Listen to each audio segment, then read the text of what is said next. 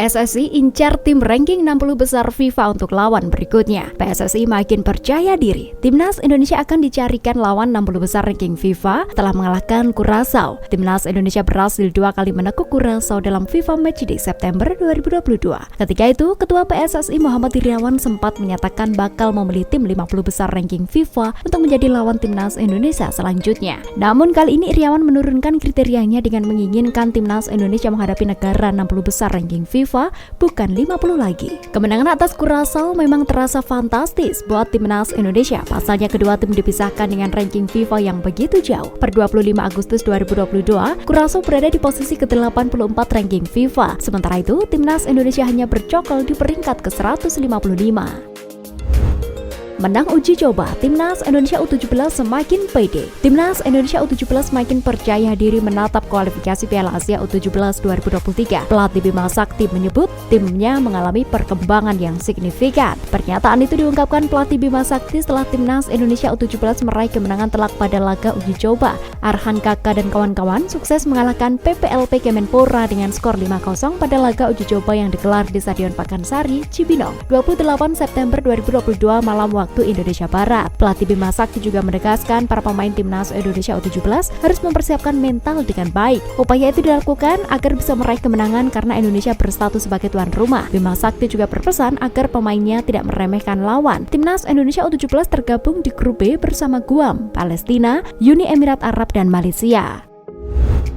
Timnas Indonesia tak akan dilatih Sintayong di SEA Games 2023. PSSI berencana mencari pelatih baru untuk menggantikan Sintayong di Timnas Indonesia U23 yang akan berlaga di SEA Games 2023. Agenda padat menjadi pertimbangan untuk mencari sosok pelatih pengganti. PSSI enggan membebani Sintayong dengan lebih banyak fokus pada 2023. Seperti diketahui, banyak agenda penting Timnas Indonesia dari senior hingga kelompok umur pada 2023. Timnas Indonesia U20 akan berlaga di Piala Asia U20 2023 yang digelar 1-18 Maret 2023. Setelah itu, Timnas U20 akan tampil di Piala Dunia U20 2023 yang berlangsung pada 20 Mei sampai 11 Juni. Kemudian, Timnas Indonesia Senior akan mentas di Piala Asia 2023 yang berlangsung pada 16 Juni sampai 16 Juli mendatang. Adapun SEA Games 2023 akan digelar di Kamboja pada 5 sampai 16 Mei 2023. Pencarian pelatih untuk Timnas Indonesia U23 pada SEA Games mendatang akan dilakukan seizin Sintayong. PSSI harus mencari sosok yang tepat demi misi meraih medali emas.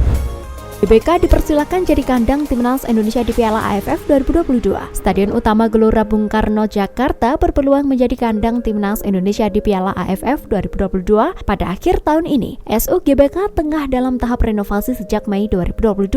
Pemugaran stadion berkapasitas 77.193 itu diperkirakan akan kelar pada penghujung 2023. Kebetulan Timnas Indonesia bakal berkancah di Piala AFF pada 20 Desember 2022 sampai 16 Januari 2022 dengan format round robin. Setiap tim dalam grup A dan grup B Piala AFF akan bertanding 2 kali kandang dan 2 kali tandang. Babak semifinal dan final juga menganut sistem 2 leg. Timnas Indonesia sudah tidak pernah lagi bertarung di SU GBK sejak pandemi COVID-19 mewabah pada awal 2020. Terakhir kali Timnas Indonesia beraksi di SU GBK adalah pada 10 September 2019.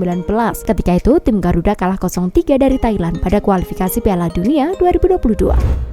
Pandit Vietnam sanjung keberhasilan Sintayong merombak timnas. Ketangguhan timnas Indonesia pada FIFA Matchday mendapatkan perhatian khusus dari pengamat sepak bola Vietnam, BLV Quang Huy. Menurut Quang Huy, ada perkembangan luar biasa yang terlihat dari pasukan Sintayong tersebut. BLV Quang Huy tak terkejut dengan perkembangan pesat timnas Indonesia di bawah asuhan Sintayong. Menurutnya, pelatih asal Korea Selatan itu berhasil meningkatkan sisi disiplin di skuad Merah Putih. Setelah fondasi disiplin terbentuk, pelatih Sintayong memiliki kombinasi yang pas dengan materi pemain timnas Indonesia yang berkualitas. Perpaduan kedua elemen tersebut ditambah dukungan supporter yang luar biasa sehingga membuat timnas Indonesia berkembang signifikan. Elkan Bagot berpotensi absen di Piala AFF 2022. Timnas Indonesia berpotensi tak diperkuat Elkan Bagot pada Piala AFF 2022. Penyebabnya adalah jadwal turnamen tersebut berbarengan dengan pertandingan Gillingham FC. Piala AFF 2022 tak masuk dalam agenda resmi FIFA. Status tersebut membuat PSSI sulit untuk menekan Gillingham FC agar mau melepas Elkan Bagot. Sepanjang Desember 2022, Gillingham FC bermain hampir setiap pekan. Situasi itu berbarengan dengan jadwal Timnas Indonesia di Piala AFF 2022. PSSI harus mulai mencari cara agar Gillingham FC melunak dan mau melepas Elkan Bagot ke timnas Indonesia. Jasa sang pemain tentu sangat dibutuhkan untuk meraih gelar juara Piala AFF 2022. Bila gagal melunakkan Gillingham FC, timnas Indonesia sejatinya tak perlu khawatir kehilangan Elkan Bagot di Piala AFF 2022. Pelatih Sintayong punya sumber daya pemain yang melimpah di posisi bek tengah. Sintayong bisa mengandalkan Fahrudin Arianto, Rizky Ridho, Rahmat Irianto hingga Muhammad Ferrari. Luis Mia angkat topi kepada Thomas Doll. Pelatih Persib Bandung Luis Mia angkat topi kepada Thomas Doll dan skuad Persija Jakarta. Dia mengatakan kalau sang pelatih punya kualitas bagus, tapi timnya sama sekali tak takut. Seperti diketahui, laga menarik akan tersaji pada 2 Oktober mendatang di Stadion Gelora Bandung Lautan Api (GBLA). Setelah kompetisi libur 2 pekan karena FIFA Matchday, akan ada duel antara Persib versus Persija di GBLA. Biasanya laga tersebut cukup panas, baik di dalam maupun di luar lapangan. Meski begitu, bukan hanya atmosfer pertandingan yang diharapkan dalam laga nanti, tapi ada juga pertarungan taktik antara Mia dengan Thomas Doll yang sama-sama dari Eropa plus punya latar belakang mumpuni sebagai pelatih.